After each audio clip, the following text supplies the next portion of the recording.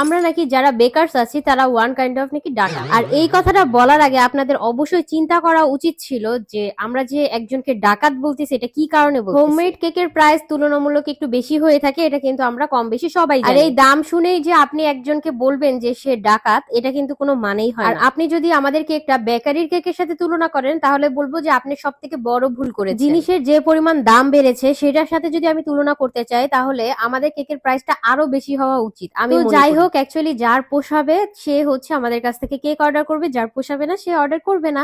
এখানে কিন্তু কাউকে আমরা জোর করছি না, আমাদের কেক অর্ডার করতেই হবে, হোমমেড কেক খেতেই হবে এরকম কিন্তু আপনাদেরকে কেউ বলছে না।